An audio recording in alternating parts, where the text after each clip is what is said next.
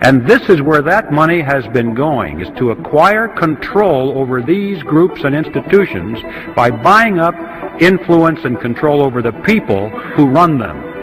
That means that they're buying up politicians, political parties, television networks, cable networks, newspapers, magazines, publishing houses, wire services, motion picture studios, universities, labor unions, church organizations, trade associations, tax-exempt foundations, multinational corporations, Boy Scouts, Girl Scouts, you name it. Any group, any institution which exercises influence has been a target for control, and they have a lot of money to spend to acquire that control. Warning. You are about to enter the reality zone, a place where truth is stranger than fiction, where knowledge is king, where myths are shattered and deceptions exposed. It's a place where the lessons of history are found, and where true life adventures reveal the hidden nature of man. If you proceed, you will not be able to return to the twilight zone from which you came. You have 5 seconds remaining to escape.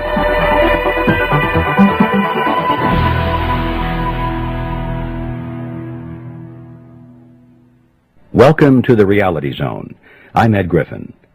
The program we are about to hear is taken from a recording of a presentation I made shortly after the publication of my book, The Creature from Jekyll Island, a second look at the Federal Reserve. It's embarrassing for me to have one of my own works as the very first program in the audio archive series. But the reason we're doing that is because at the conclusion of the book, I urged my readers to join the growing crusade to abolish the Fed. I said that if they contacted me, I would tell them about the tools they could use to help spread the word and become more effective in the battle. Well, much to my surprise and delight, thousands of them actually accepted my invitation, and they did write to me and volunteered for the crusade. But the embarrassing part was that I didn't have materials to keep my end of the bargain. The bottom line is that we couldn't wait any longer to get this program into production, because it's my hope that it will help to fill that void. And so here it is, as recorded live in Los Angeles, California, on November 18, 1994, my presentation on the Federal Reserve, The Creature from Jekyll Island.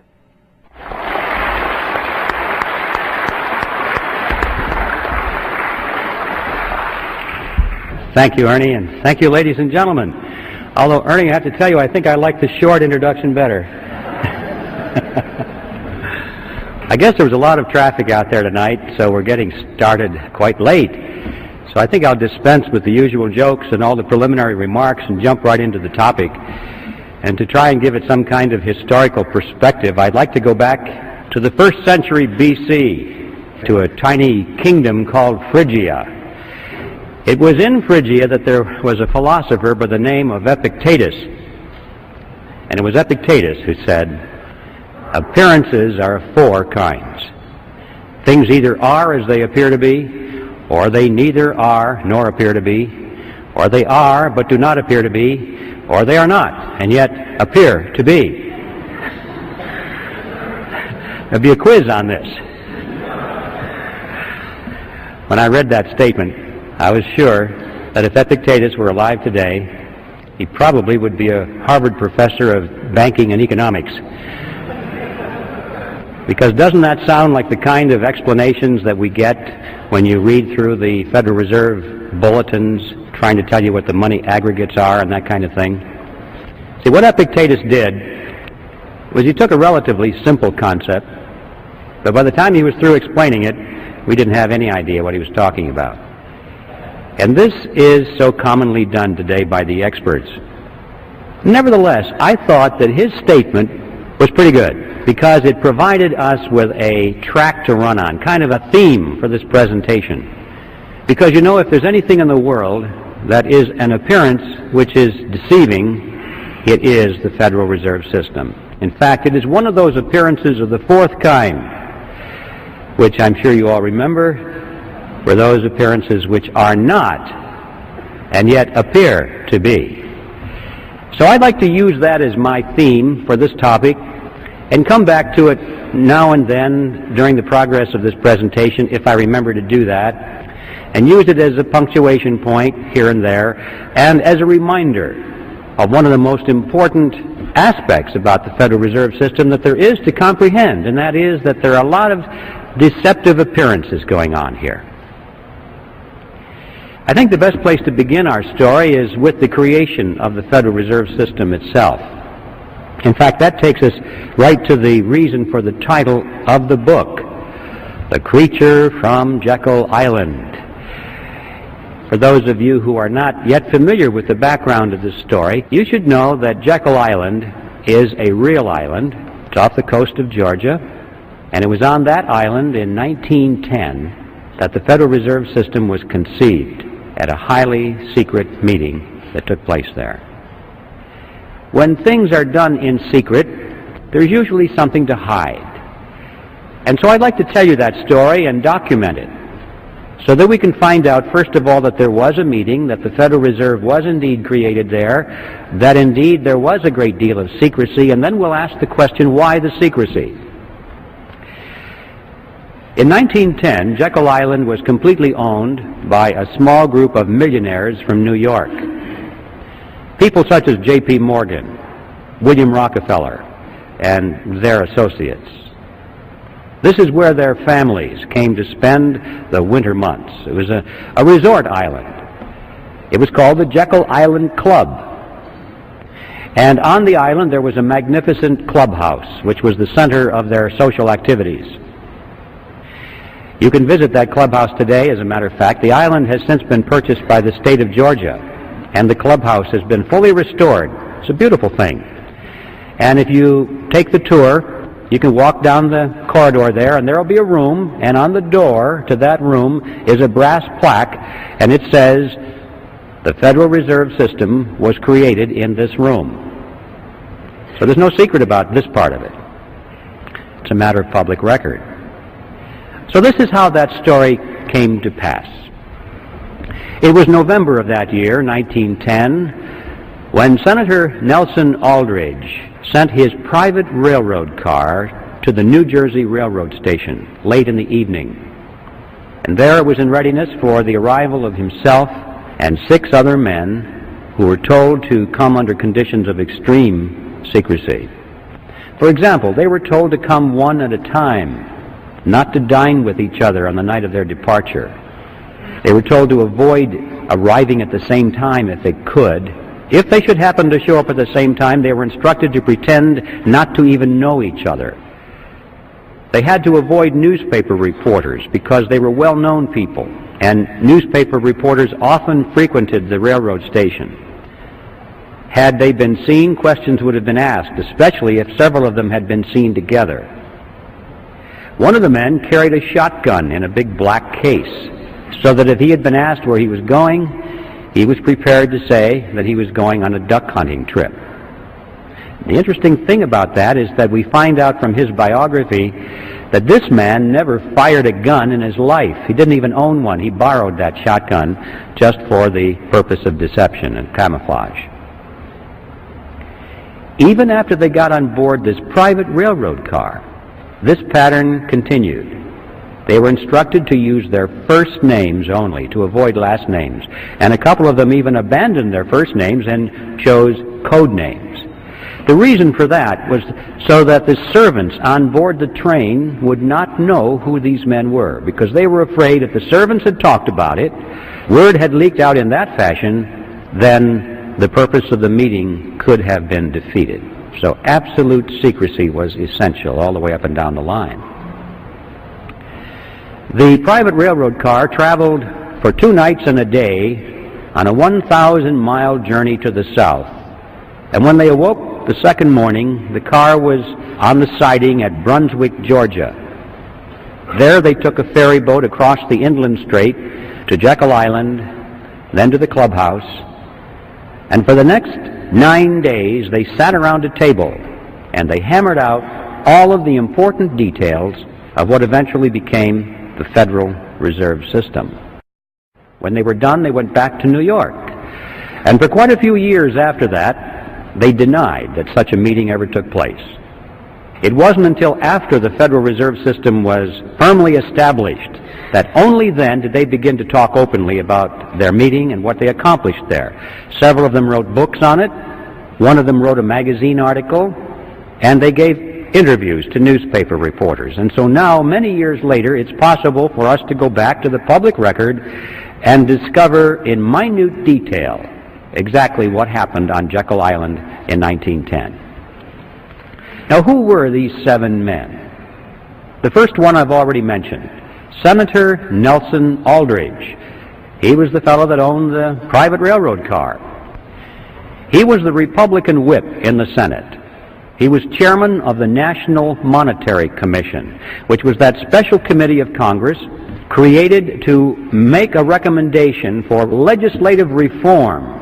Banking reform, they called it. They wanted to reform banking in America because the American people were very concerned over the concentration of financial power into the hands of a small group of banks and investment firms in New York on Wall Street. That is what they called the money trust.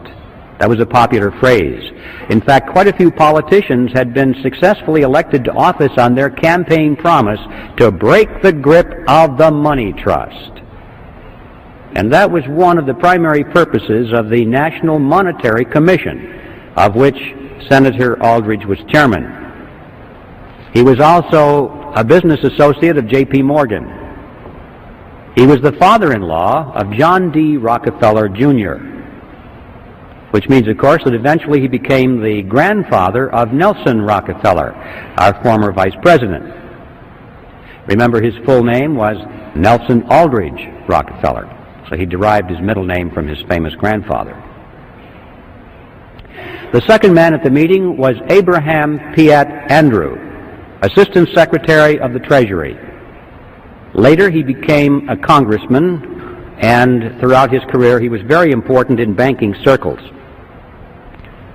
The third man there was Frank Vanderlip, president of the National City Bank of New York, the largest and most powerful of all the banks in America, representing the financial interests of William Rockefeller and the international investment firm of Kuhn, Loeb and Company. Henry Davison was there. He was the senior partner of the J.P. Morgan Company. Charles Norton was there, president of the First National Bank of New York, another one of the giants. Also, there was Benjamin Strong, head of J.P. Morgan's Bankers Trust Company. And incidentally, Benjamin Strong, 3 years later, when the Federal Reserve Act was finally passed, he became the first head of the Federal Reserve System. And finally, last but certainly not least, Paul Warburg was there, probably the most important man because of his knowledge of banking in Europe. Warburg was born in Germany, eventually became a naturalized American citizen. He was a partner in Kuhn, Loeb and Company. But he was also a representative of the Rothschild banking dynasty in England and France.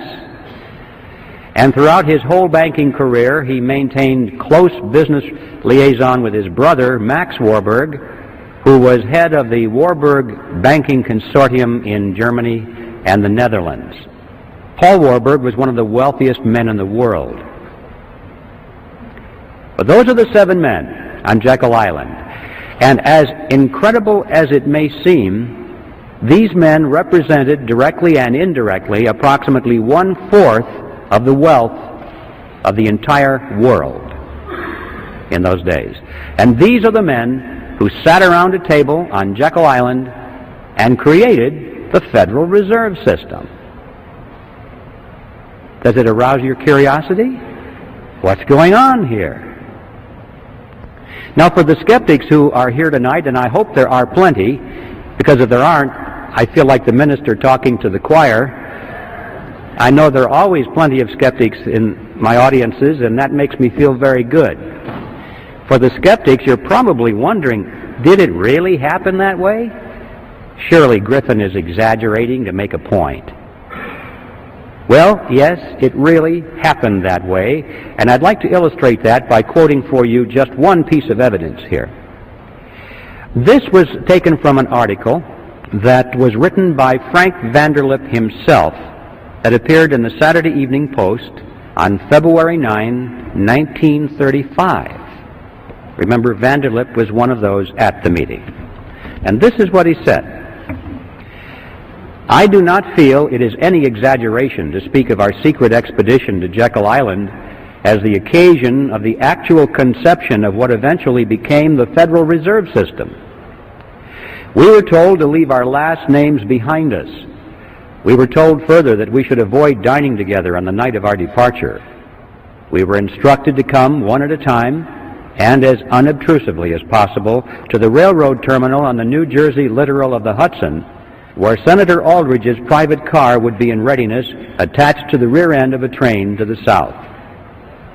Once aboard the private car, we began to observe the taboo that had been fixed on last names. We addressed one another as Ben, Paul, Nelson, and Abe. Davison and I adopted even deeper disguises, abandoning our first names. On the theory that we were always right, he became Wilbur and I became Orville, after those two aviation pioneers, the Wright brothers. The servants and train crew may have known the identities of one or two of us, but they did not know all. And it was the names of all printed together that would have made our mysterious journey significant in Washington, in Wall Street, even in London. Discovery, we knew, simply must not happen. Well, why? Why the secrecy? What's the big deal here? What's wrong with a group of bankers going to a private location and discussing banking or banking legislation? And the answer to that is provided by Vanderlip himself in the same article. He said, if it were to be exposed publicly that our particular group had got together and written a banking bill, that bill would have no chance whatever of passage by Congress. Why not? Because the purpose of the bill was to break the grip of the money trust. And ladies and gentlemen, it was written by the money trust. It's as simple as that. Had the public been aware of that fact, at the beginning we would never have had a Federal Reserve System. That was like asking the fox to build the hen house and install the security system. Absolute secrecy was essential for that reason. Congress would never have gone for it. The public would never have gone for it. So there we're face to face with a very important fact about the Federal Reserve System that is not generally known today. It certainly wasn't known then. And that it was formed in secrecy because there was deception at work here. But there's more to it than that. Much, much more. Analyze for a moment the composition of that group. Doesn't it seem strange to you that these men were all together? Here we had the Morgans, the Rockefellers, Kuhn Loeb and Company, the Rothschilds, the Warburgs, all sitting around a table here coming to an agreement. Anything strange about that mixture? Well, ladies and gentlemen, these were competitors. What's going on here? Competitors sitting around, coming to an agreement. These were the giants in the investment field, which prior to this period were beating their heads against each other, blood all over the battlefields, fighting for dominance in the financial markets of the world, not only in New York, but Paris and London, everywhere. And but coming to an agreement of some kind. This is an extremely important fact that is generally overlooked, because it happened precisely at that point in American history, which is sometimes described in our history books as the period of the dawning of the cartel. This was that point in American history when a major ideological transition was taking place in business. Big businesses which had grown to great power and size and prosperity through the process of free enterprise competition, which is what made this nation great and allowed us to surpass the old world. The first draft of the Federal Reserve Act was called the Aldrich Bill because it was sponsored by Senator Aldrich, and Paul Warburg warned him against that. He said, Nelson, if you put your name on this bill, it's going to be voted down in Congress because you're so clearly identified with big business interests. And Warburg was right. Congress put thumbs down on it. The bill of the big bankers. Well, it was a minor setback. They took their bill, they scrambled the paragraphs around a little bit, took Aldrich's name off of it, and found a couple of Democrats to sponsor the bill. Now, this was different because everybody knew that the Republicans represented big business. But they also knew that the Democrats, on the other hand, represented the common man. You know, the working man, the fellow on the assembly line. Like Ted Kennedy.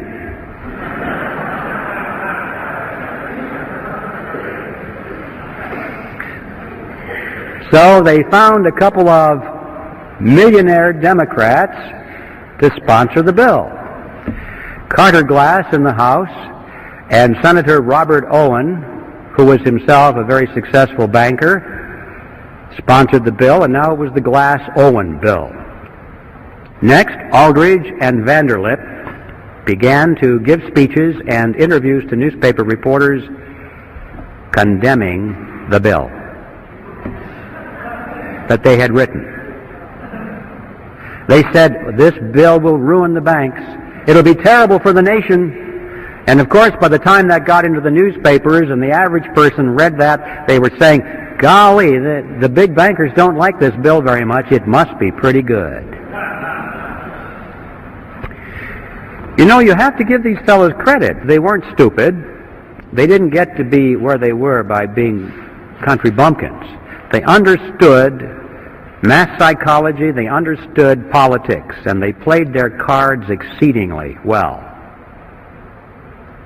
Meanwhile, these same individuals were, out of their own pockets, financing so-called grassroots study clubs that were springing up all over the country, holding public meetings, printing and distributing pamphlets extolling the virtues of the Federal Reserve Act.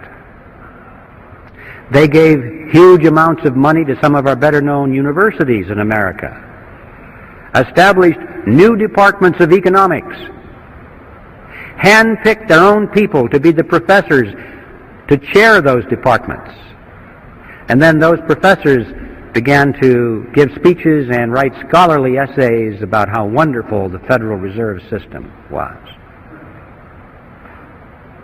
And then at the insistence of Paul Warburg, they added a few excellent provisions to the bill, provisions which seriously restricted the ability of the Federal Reserve System to create money out of nothing. And Warburg's associate said to him, Paul, what are you doing? We don't want that in our bill. And his reply was classic. He said, relax, fellas, don't you get it? Our object is to get the bill passed. We can fix it up later. It was because of those provisions that they won over the support at long last of William Jennings Bryan, who was the head of the populist movement. He had opposed this bill from the beginning. But when he saw those excellent provisions in there, he said, oh, well, I guess now I can support this bill. And with his collapse of opposition, the road was now clear.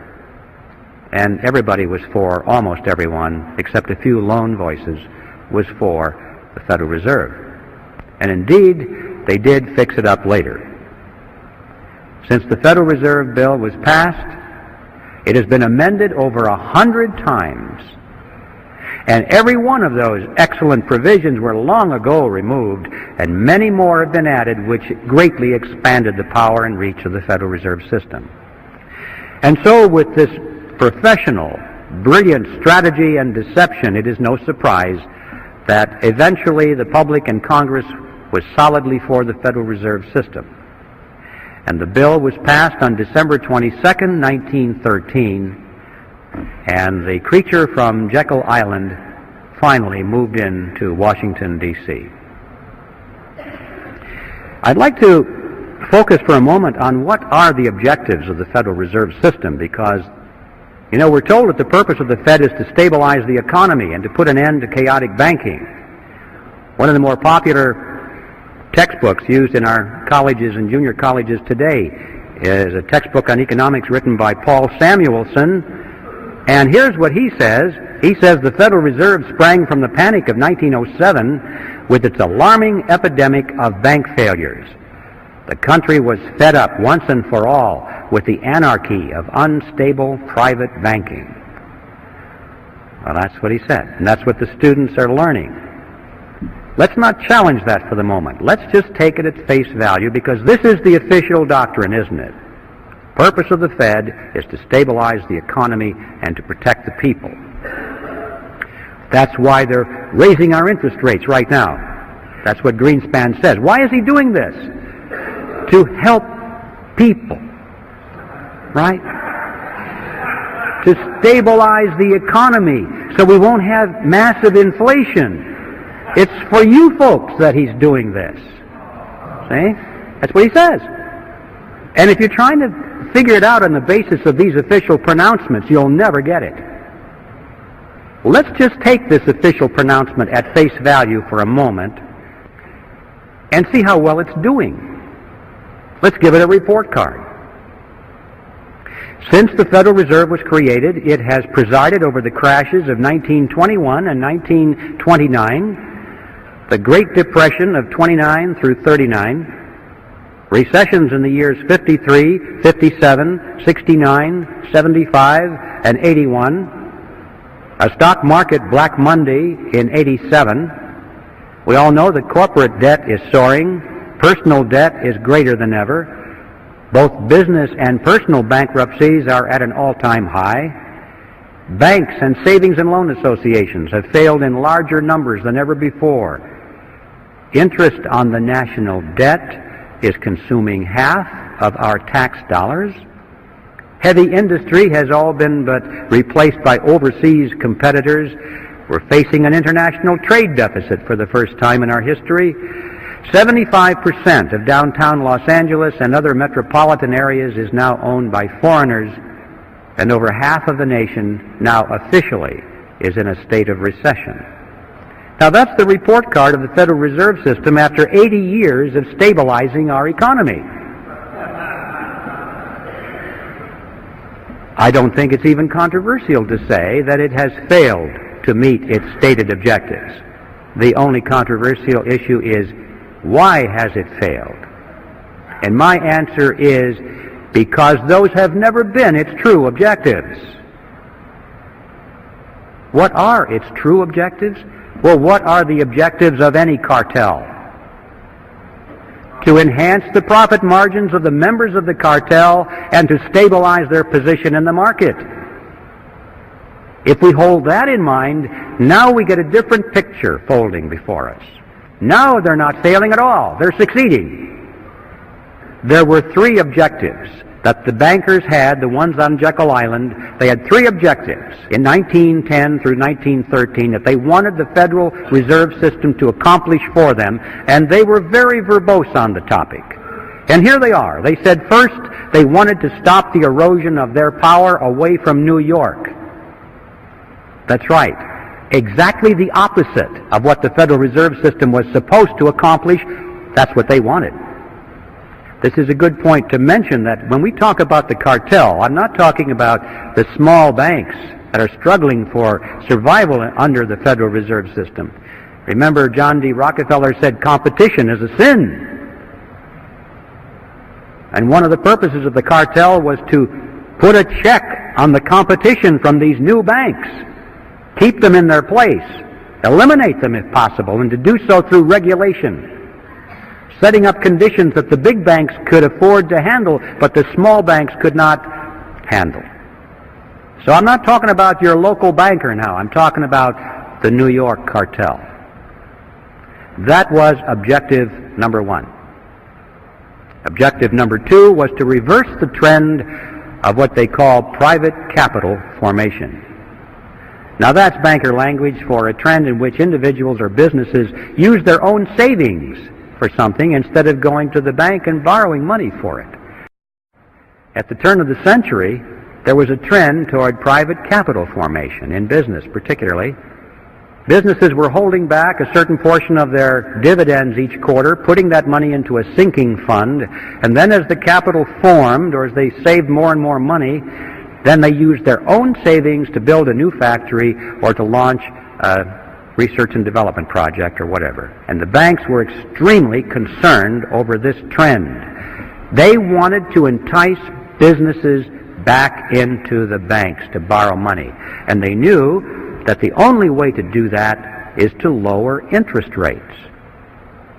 And you may say, well, why didn't they just lower interest rates? Because you're thinking in terms of today, not then. Today it's easy if you're the Federal Reserve System to lower interest rates because they have the lever to move it either way, up or down, totally within their control.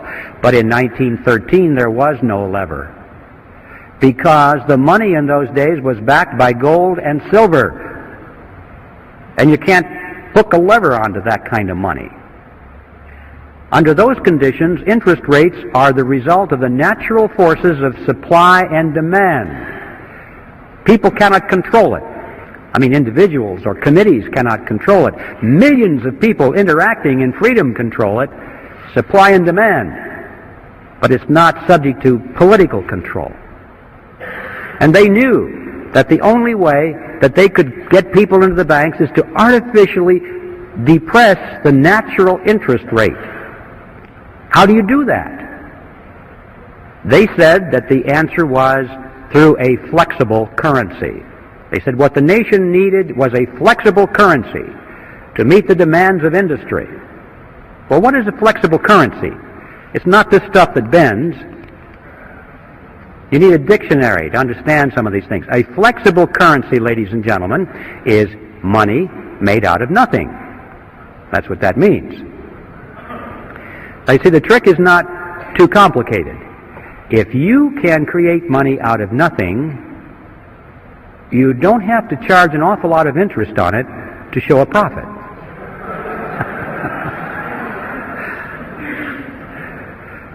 So, with a flexible currency, they could lower the interest rates below the natural level, still make plenty of profit on it, and entice the businessmen back into the banks. So the goal was a flexible currency. That was objective number 2, and objective number 3 was to pass on the inevitable losses of the banks, pass them on to the taxpayers in the name of protecting the people. Now, those are the true objectives of the Federal Reserve. Let's now issue another report card and see how well it did. Did it keep control with the larger banks in New York? And the answer is yes. We have big banks in the West and in the South, but they are nothing compared to these mega banks in New York, which stride the world with offices in Peking and Moscow and Africa, everywhere. The big banks continue to dominate. It gets an A on its report card for retaining control in New York. What about reversing the trend toward private capital formation? Boy, did it ever. Interest rates have been pushed down over periods of time. They're so attractive that individuals and corporations thought they were crazy not to take advantage of those low interest rates. Why save your money? That's stupid. So they were all enticed into the banks because of a flexible currency. And then, of course, they get loaned up to the eyebrows and something happens in the economy and you can't service your debt anymore. You go bankrupt. Right now, there are many corporations and individuals just hanging in there by the skin of their teeth because they're trying to service their debt. And it's an amazing fact that many of these large corporations are now sending more money every quarter to the banks as interest payments than they send to the stockholders as dividends. Just think about that. The banks who made the money out of nothing are making more money out of large segments of our industry than the people who worked for their money, saved their money, invested their money, risked their money to purchase ownership shares in those corporations. And the Federal Reserve System gets an A on its report card because, indeed, with flexible currency, it reversed the trend toward private capital formation. Were they able to pass along their losses to the taxpayer in the name of protecting the people? Maybe you missed that part of it, but it's called bailout. The game called bailout. It is played something like this. Whenever one of the large banks gets into trouble because someone it has loaned money to, either a big corporation or a third world country, can no longer pay its debt, so the bank is in trouble. It goes to Congress, and it carefully explains to Congress that it must bail out that corporation or that third world country, because otherwise it's going to hurt the people of America. If that venerable corporation is allowed to fold, look at how many thousands of jobs will be lost. People will be put on welfare. They'll be out of work, and that'll hurt the people. If that country down in South America cannot pay its loan, Uncle Sam better pay it for him, because otherwise the venerable bank in New York will have to write the loan off of its books, and then technically it'll be bankrupt. It may have to close its doors. It would collapse. And look at the thousands of people who have money in that bank who would be hurt by that.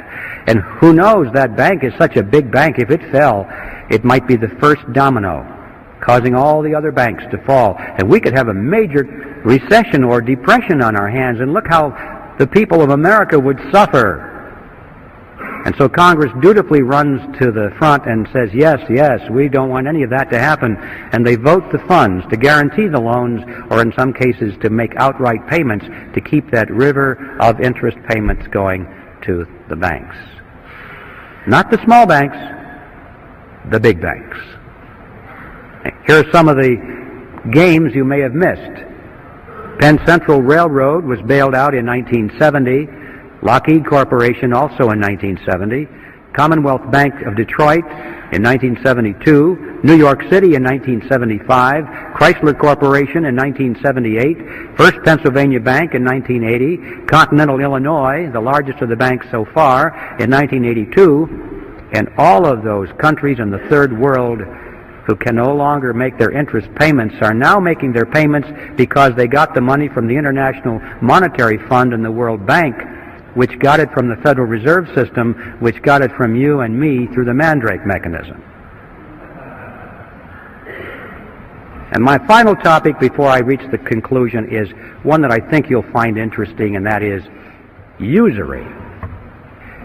In the old days, the biblical times, usury was defined as interest on a loan. Any interest on any loan was usury.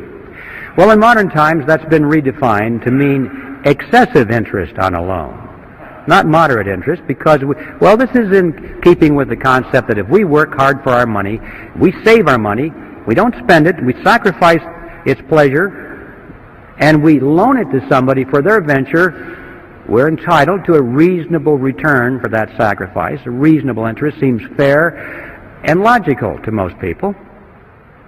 But what is this thing, excessive interest? Thomas Edison said, people who will not turn a shovelful of dirt on the project, nor contribute a pound of materials, will collect more money than will the people who will supply all the materials and do all the work. I wondered about that when I read it. I thought it was Tom exaggerating, so I got my calculator out and I punched in the numbers. I took, for an example, a $100,000 house to be built. I assumed that $30,000 was going to go for the land and the architect's fees and the permits, that $70,000 would go for the actual construction of the house, the labor and the materials. I assumed that the buyer would go to the bank, put 20% down, take out a 30-year loan at 10% interest. I punched in the numbers, and I found out that the borrower will pay to the bank in interest $172,741 as compared to $70,000 paid for those who did all the labor and did all the work. In other words, the bank will earn 2.5 times as much money as those who produced. Sounds kind of boring, doesn't it? Wouldn't it be nice if we could just jump right into politics? But people won't know what we're talking about unless they understand the issues. We need an educational army out there, ladies and gentlemen. And it's time to enlist. As Patrick Henry would have said it, in fact, as he did say it, our brethren are already in the field. Why stand we here idle? The bad news, the really bad news, is that time is running out. We used to talk about these things. I remember not too long ago, I would talk about some of these issues and people would look at me and say, "You got to be kidding. That could never happen in America." And now, when I talk about these issues, they lean forward and say, "How much time do we have left?" It's visible all around us. The New World Order is descending around us. I mean, they're preparing a world court of justice, a world taxing authority, a world monetary unit, a world army. As we speak, over half of our standing military right now is serving under foreign officers at the UN, and the process is rapidly moving. So, ladies and gentlemen, time is running out. Whatever you plan to do for your country or for your freedom, do it now. But the good news is, the really good news is, that we still can do it. We still have time. We still have freedom. Instead of complaining about how bad things are or how late the hour is, we should rejoice over the fact that we can still meet as we are here tonight. We can still talk openly. We can still advocate such things as the abolition of the Federal Reserve System. We still have elections. We should rejoice on that fact. All we have to do is go out and work like our very lives and our freedom depended upon it. Because they do. And I think a good place to begin is to send Epictetus back to Phrygia and to convert that grand appearance of the fourth kind into a disappearance of the first kind. Thank you very much.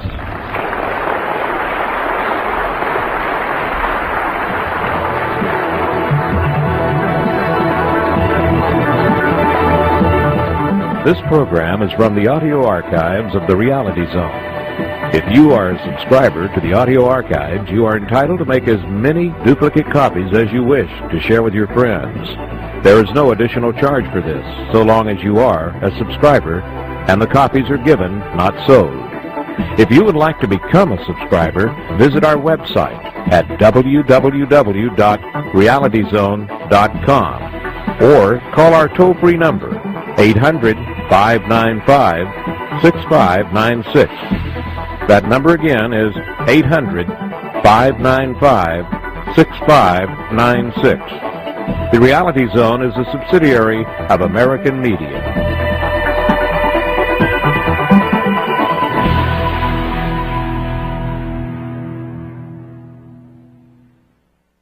For information regarding how to obtain a copy of the book upon which this program was based, call the Reality Zone at our toll-free number and ask for product information. That number again is 800-595-6596. What are the consequences of this? This money that is created out of nothing goes out into the economy, and these new dollars dilute the value of the old dollars that were already out there. It's like pouring water into the pot of soup. It dilutes the soup. When you pour all these new dollars into the economic pot, it dilutes the dollars that are there, and so prices start going up and up and up, and we have this phenomenon of inflation, which is the appearance of rising prices. I emphasize the word appearance because in reality prices do not rise. What's really happening is that the value of the dollar is going down. If we had a money which was based on gold or silver or anything else that had intrinsic tangible value that they couldn't just create out of nothing, you would find that prices would remain stable over a long period of time. And to illustrate that point, it's interesting to know that if we had lived in ancient Rome, we would have been able, with a 1-ounce gold coin, to buy a very fine toga, a handcrafted belt, and a pair of sandals. Well, today, what can we buy with a 1-ounce gold coin? We can go into any men's store and buy a very fine suit, a handcrafted belt, and a pair of shoes. The real price of those items hasn't changed in thousands of years when expressed in terms of real money. But when expressed in terms of those paper things we carry around, Federal Reserve notes, we call them dollars, they're not, they're Federal Reserve notes, they buy less and less and less because there are more and more and more of them being pushed into the economic pot of soup. We're still not done with the analysis. So we lost some purchasing power. Where did it go? Did anybody get it? People don't ask the question, did somebody get my lost purchasing power? It's as though, well, it just evaporated. It went up into heaven or someplace. It's just gone. No. For every loser, there's a winner. Somebody got your lost purchasing power. Who? Let's track it. Those people who got the lost purchasing power were the ones who were right at the point where the new money was injected into the pot. Because they got their hands on it first, and at that point it had full value. But by the time they spent it and gave it to the next person, and then they spent it and it started moving out toward the edge of the pot where most of us are, then it lost its value. But the ones up at the nozzle were the ones that had gained on our lost purchasing power. Who are they?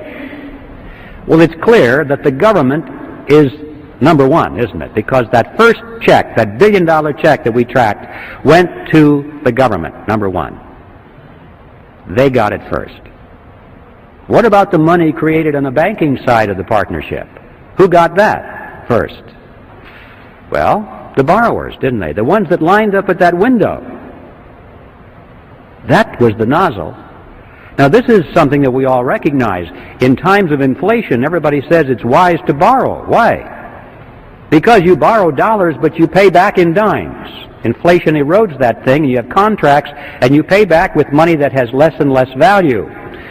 So the poor guy that gets your payment at the end of the line has lost his purchasing power, but you gained it because you were smart enough to borrow in times of inflation.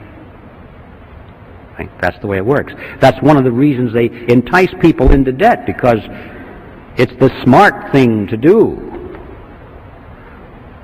What they don't tell you, however, is that what you are gaining from this process, you are turning around and having to pay to the bank in the form of interest payments on that loan.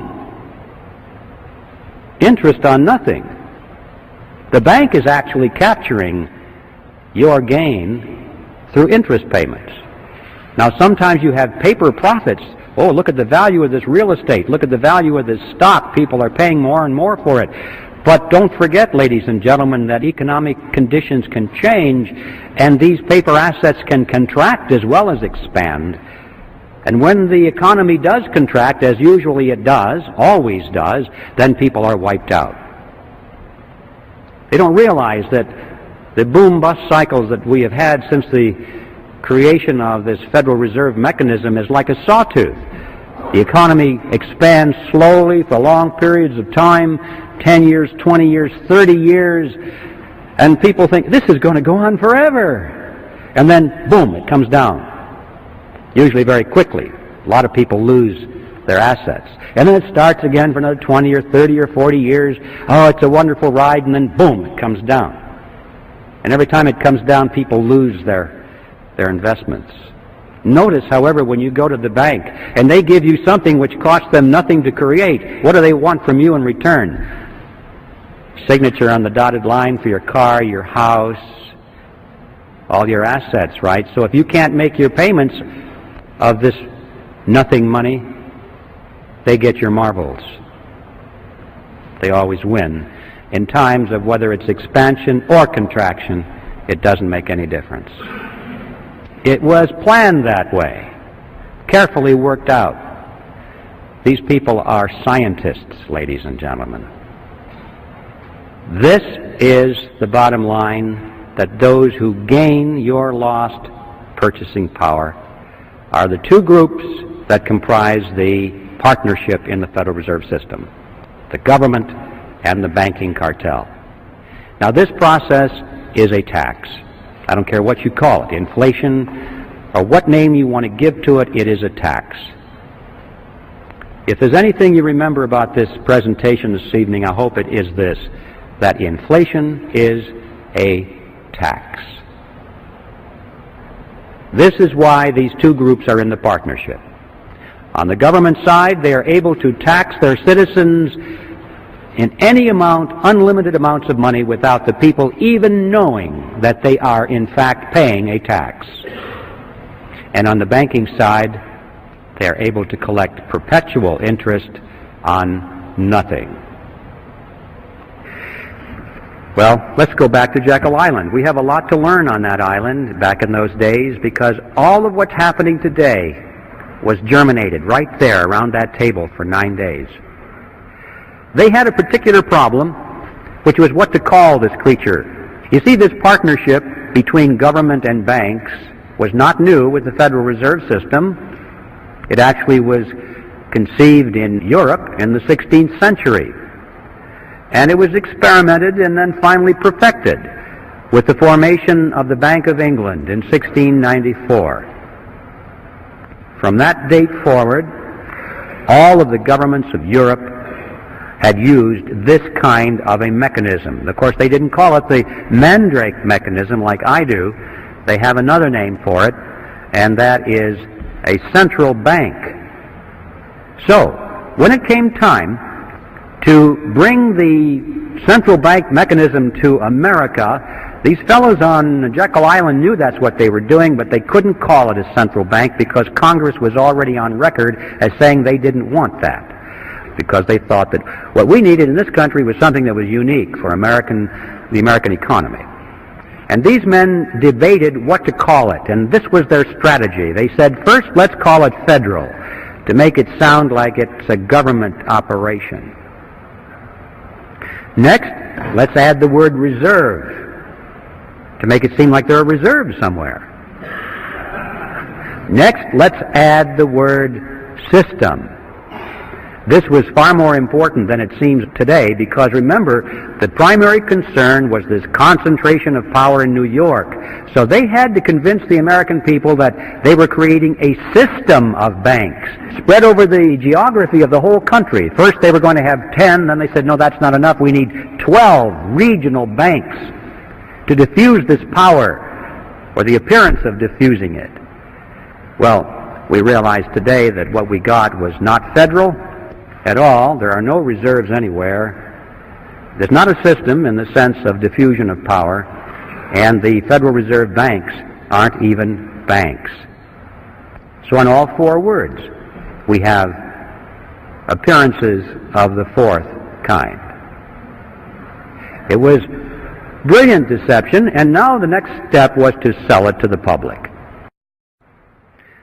You may say, well, yes, but don't forget the time value of money.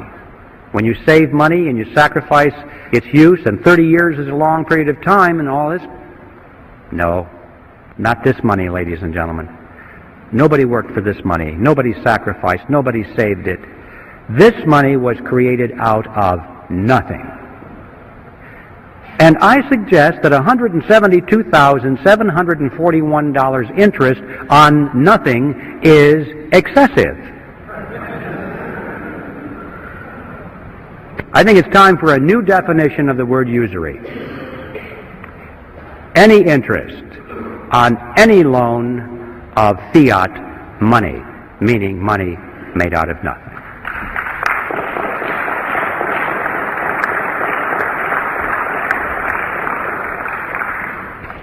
Now, this example of a $100,000 house, I should point out to you, is a grain of sand in the Sahara. This is nothing. You have to multiply this process by every house in America, by every hotel in America, every high-rise office building in America, every jet airplane, every automobile, every factory, every warehouse full of materials, every farm building, all the farm equipment. And you are talking about a river of unearned wealth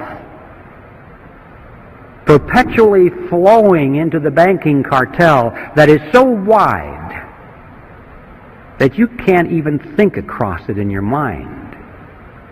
The numbers are beyond comprehension. Where is this money going?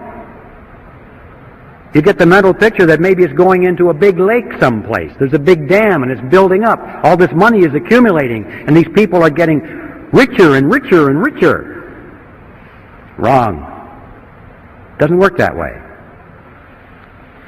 When a person has all the wealth that he can possibly want or use for the pleasures of life, what is left? Power. Yeah. Ladies and gentlemen, they're spending this money, this river of wealth is being used to acquire power over you and me and our children. They are literally buying up the world with it. And I don't mean they're buying up the real estate and the hardware.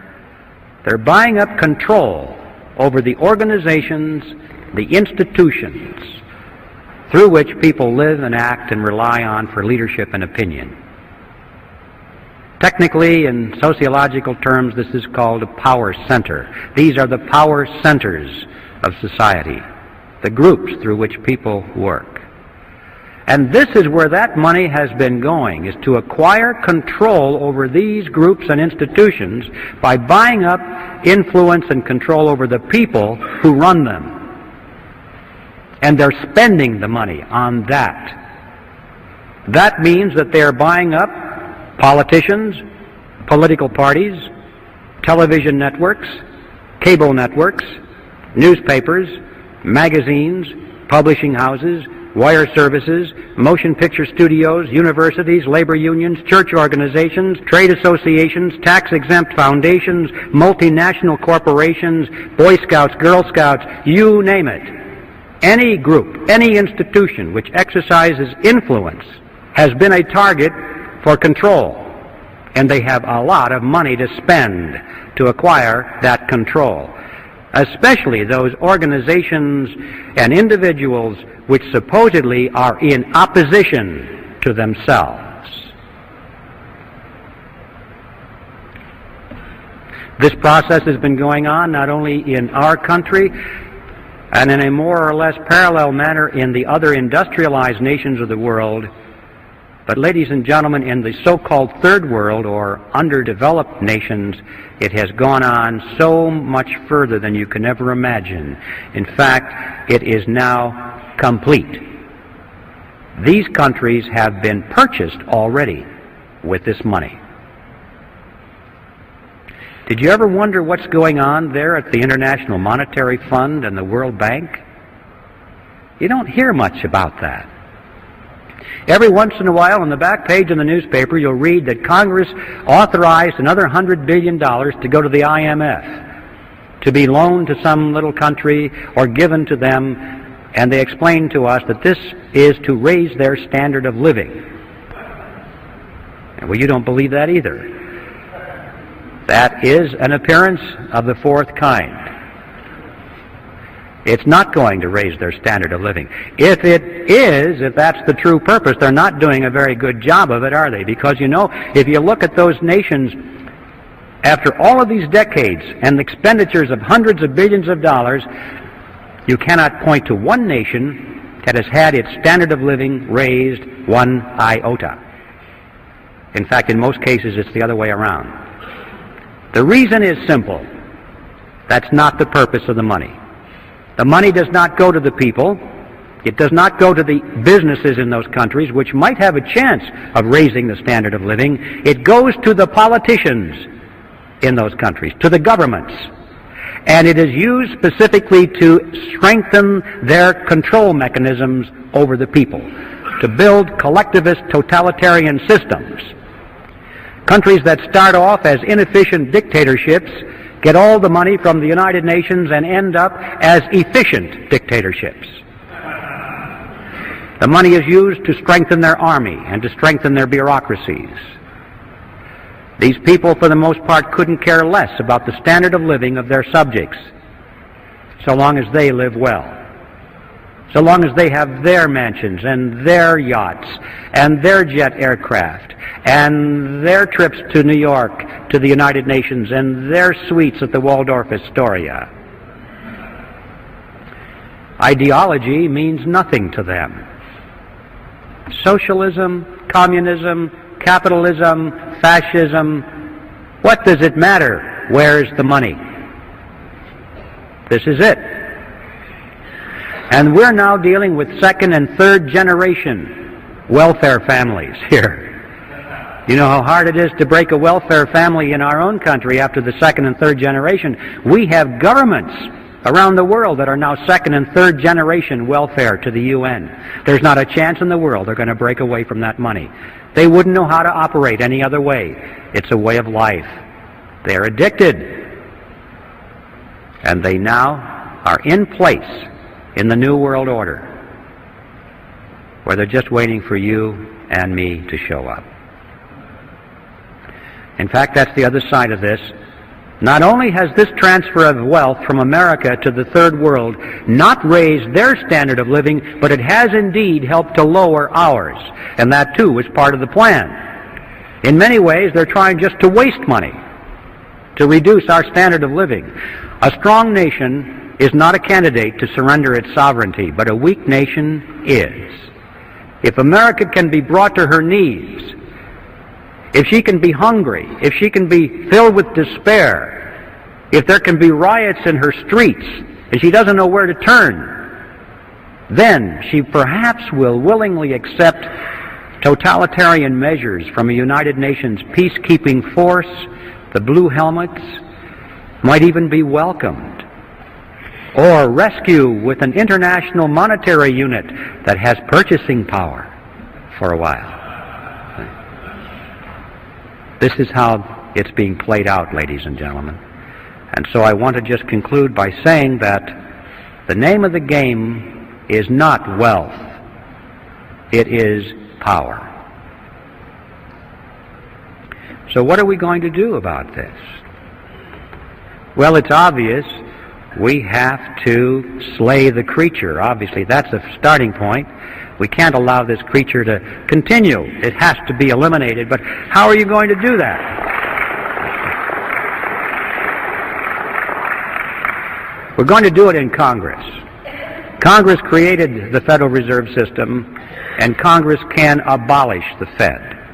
But we have to build some fire under the chairs of those congressmen. We have to get some new faces in there. I don't care whether it's Republican or Democrat or Independent or what have you. The titles are not important. It's what they believe in, the principles. Those are the important things. But we do need an informed electorate out there. It's not going to happen unless people know about these issues, and education is our necessity. Now we're in the throes of converting their ideology to that of monopoly, the avoidance of competition. It was John D. Rockefeller I who said it. He said, competition is a sin. And it became the destiny of these people to avoid competition now at all costs. Their life effort was to eliminate their competition if they could. If that was impossible, then to buy them out. If that was impossible, then to join with them in a shared monopoly, which is called a cartel. And this was the period of history when that transition was taking place very rapidly in all industries. For the 15-year period prior to the meeting on Jekyll Island, these financial groups of which we are speaking had increasingly come together in joint ventures rather than compete with each other. They found that it worked. They liked it. And the meeting on Jekyll Island was the culmination of that process. And now we come to the second astounding realization about the Federal Reserve System, is that it is not a government operation at all. It is, in fact, a cartel. They created a banking cartel and legalized it by law, passed a law to make it legal and to enforce it. That is an amazing understanding of the Federal Reserve that you're not going to find taught in your textbooks. It is a cartel. But there is a third element that is even more important than those two for an understanding of what it's doing to us. And the third element that we must understand is that this cartel went into partnership with the government. Cartels often do that to enforce their cartel agreements, but in this case they did it in spades.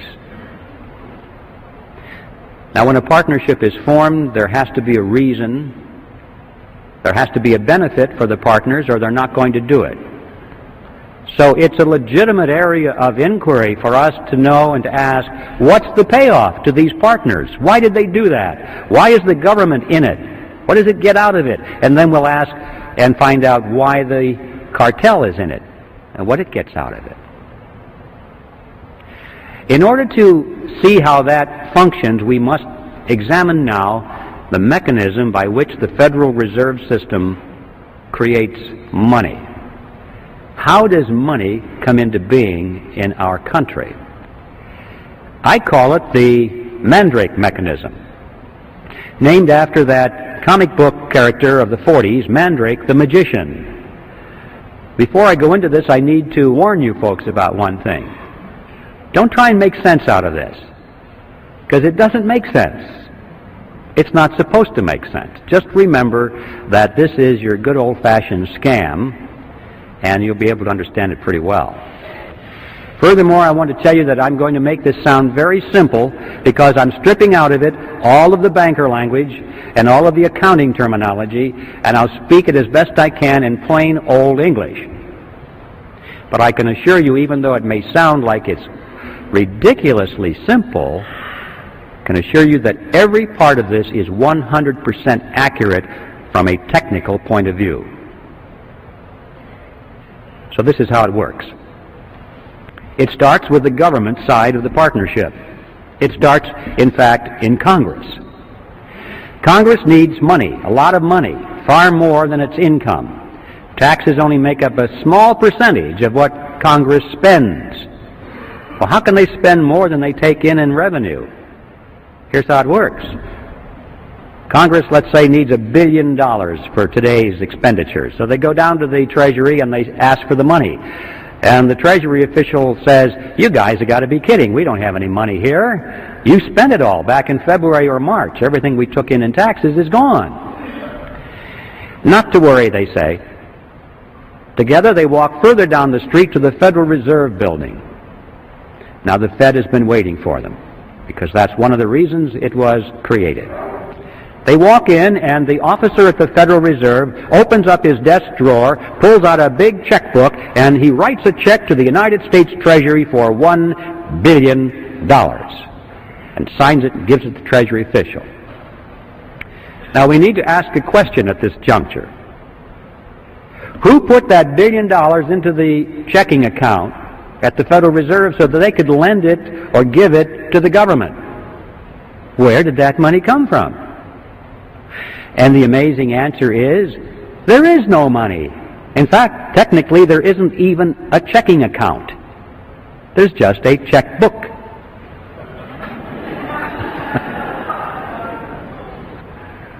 And that $1 billion springs into being precisely at the instant that the officer signs the check. Now, if you and I were to do that, we would go to jail. But they can do it because Congress wants them to do it. This is, in fact, the payoff. This is the reason the government is in this partnership, because the government has instant, easy access to any amount of money at any time without having to go to the taxpayer and ask for it in the form of direct taxes. If they had to go to the taxpayer and say, well, we want to spend this, this, and this, and we're going to raise your taxes another $3,000 per family this year, they'd be voted out of office. Not a popular thing to do. They like the mandrake mechanism. But that's why the government is in it. But why is the banking cartel in it? To answer that question, we'll go back to that billion-dollar check and follow some of the money. The Treasury official takes the billion-dollar check and deposits it into the government's checking account, which is, of course, in a Federal Reserve Bank, so-called. And at that instant, the computers show that the government made a billion-dollar deposit, therefore it has $1 billion in its account, therefore it can now write up to $1 billion in government checks, which it starts to do. We'll follow just a $100 check that it writes to the postal worker that delivers our mail. He takes it now and puts it into his checking account in his personal commercial bank down the street. Now the money is finally out of the Federal Reserve Bank, so-called, out of the government side of this partnership, and it's finally into the banking side, commercial bank. $100 has been deposited, so the banker goes over to the loan window and opens it up, and he says, attention everybody, we have money to loan. Somebody just deposited $100. We have money to loan. And this makes everyone joyous, because that's one of the reasons they go to the bank, is to borrow money. It's nice to know there's money to loan. So they line up for the money. But they're a little concerned because it was only $100, but the banker says, don't worry, we can loan you up to $900 on that. How is that possible? How can the banks loan $900 when there's only $100 in deposit? Well, it works like this. The Federal Reserve System says that the banks must keep no less than 10% of their deposits in reserve. The bottom line is that the $100 that was deposited there is 10% of $1,000, therefore the bank can loan up to $900, which is the difference. Now, where did that money come from? The answer is the same. There was no money. That springs into being at precisely the point at which the loan is made. Now, let's analyze it. An important difference here between these two functions. The money that was created out of nothing and given to the government was spent by the government for its projects. On the other hand, the money that was created out of nothing for the banks, they didn't spend that for their projects. They loaned it to us for our projects. But they collect interest on that loan. So the bottom line is that they collect interest on nothing, which is not too shabby. This is why the banking cartel is in the partnership, because all of this becomes legal. Interest on nothing.